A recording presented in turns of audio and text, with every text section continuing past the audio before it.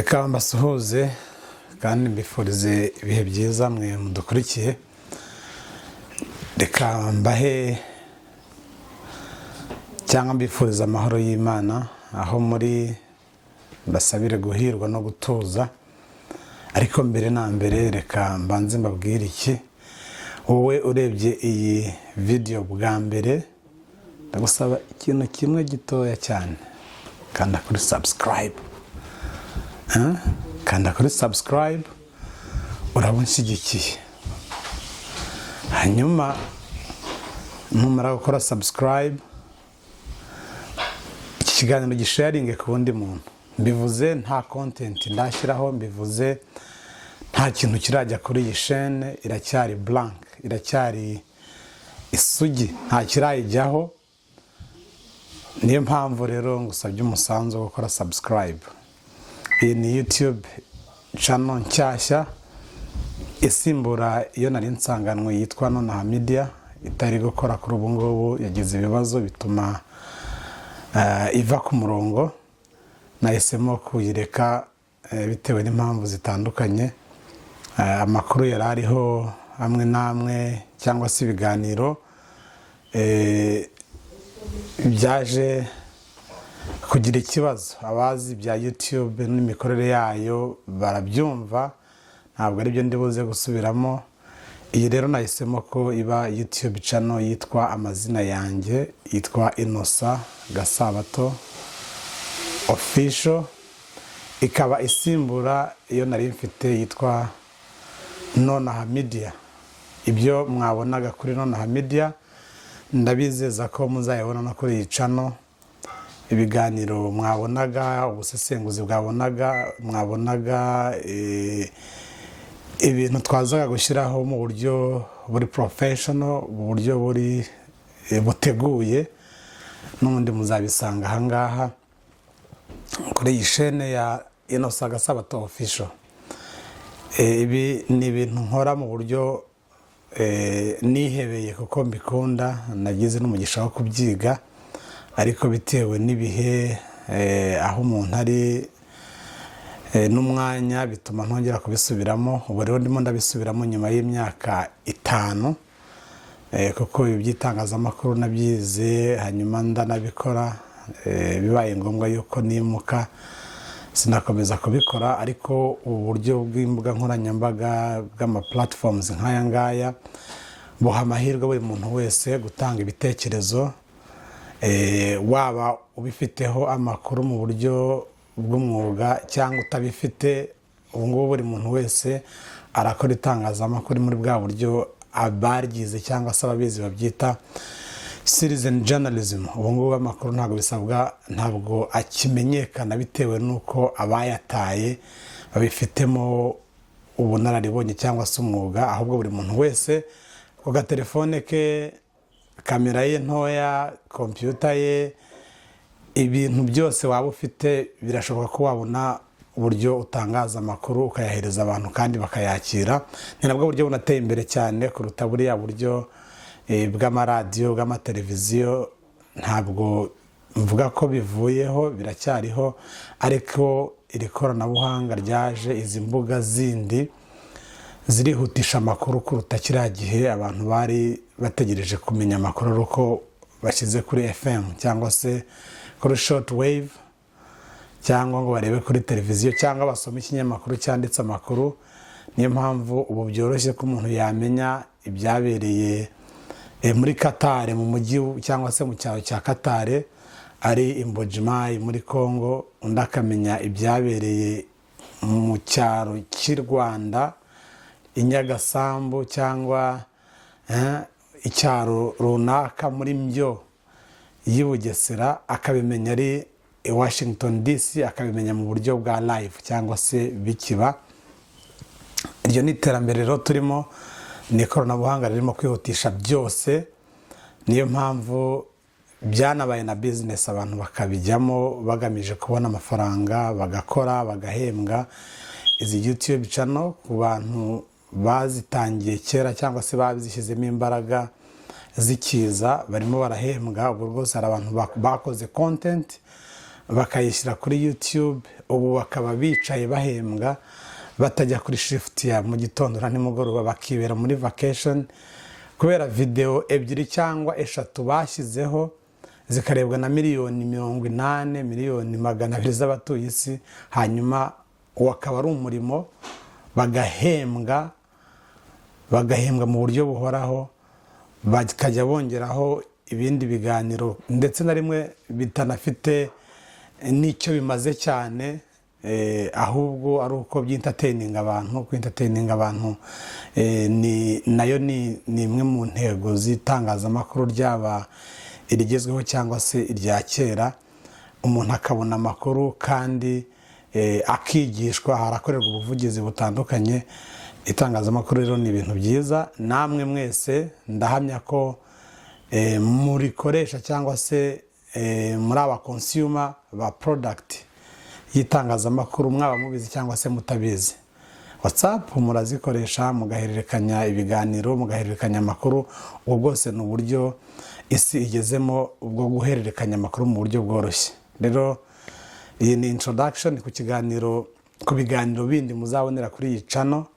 Reka mbasezeranire ko bizaba ari ibiganiro bizima, bifite icyo bibamariye. Ntabwo nzatakaza umwanya wanyu, I will not disappoint you guys. Ntabwo nzaba disappointinga. Urabona ubu ntangiye bwa mbere, nta musubscriber uretse wowe ugiye kubikora ubu ngubu.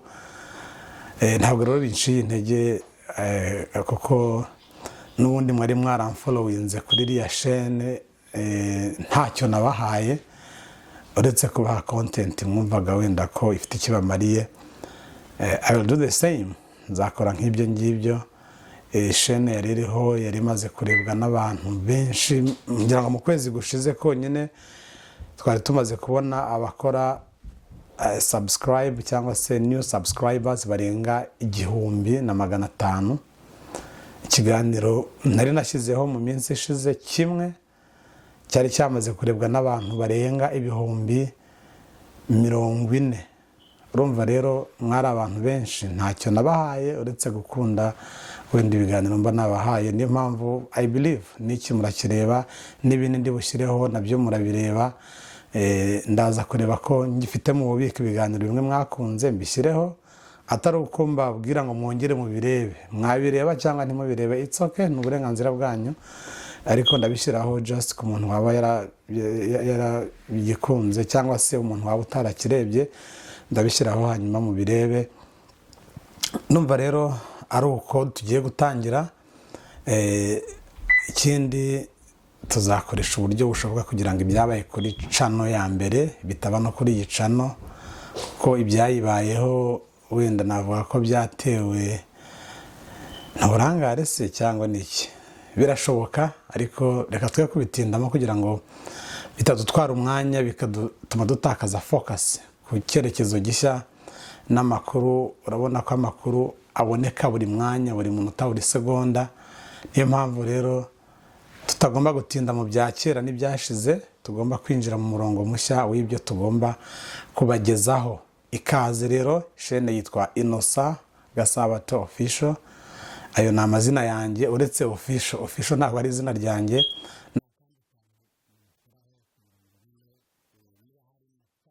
Yitwa gutyo, kayitandukanye n'ibyo bindi.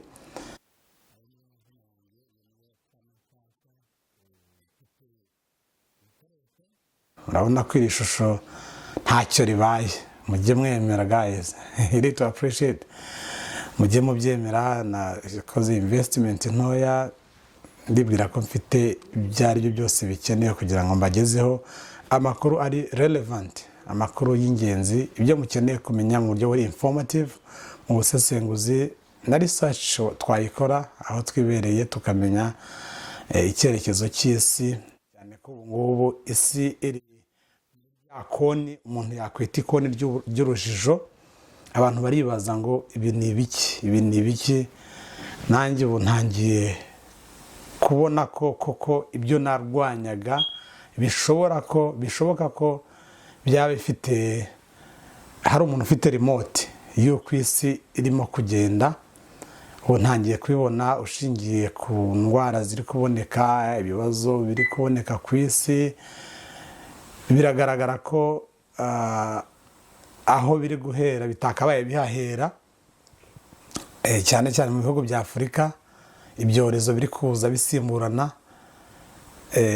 Rero ikindi gihe cyo kugira ngo abantu babane basesengure bamenye ngo birakomoka he, biraturuka hehe, ese ni iminsi y'imperuka, ni bya bihe birushya batubwira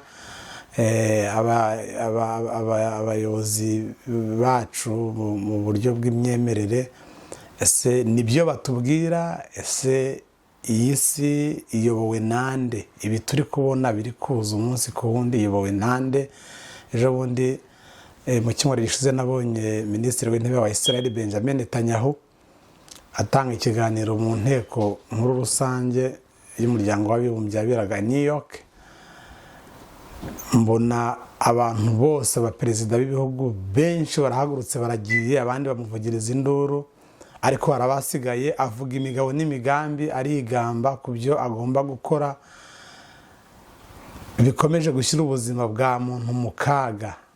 Rero icyo mbivugiye ni uko ibi biriho, hari ababikomera amashyi, hari abari kuba victims b'ibibazo